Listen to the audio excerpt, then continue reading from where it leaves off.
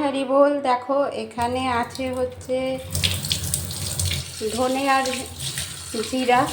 সব সময় মশলা বাটার আগে দেখো এগুলো কিন্তু ভালো করে ধুয়ে নেবে, কষলে কষলে। জাস্ট তোমাদের দেখানোর জন্য আমি আবার কি ধুলাম, কেন এগুলো তো মাটিতে হয়, মাটির জিনিস তো অবশ্যই এটা ধুয়ে তারপরে এটার মশলা বানাবে।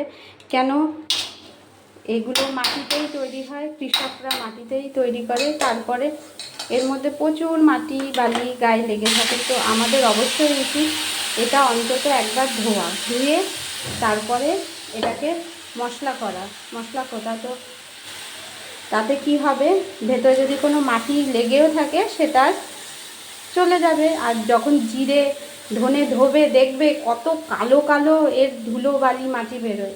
তো এই শুধুমাত্র এই জাস্ট ইনফরমেশনটা দেওয়ার জন্য এই ভিডিওটা করা, যাতে মাটি বালিটা পরিষ্কার করে তারপর তোমরা মশলা করো।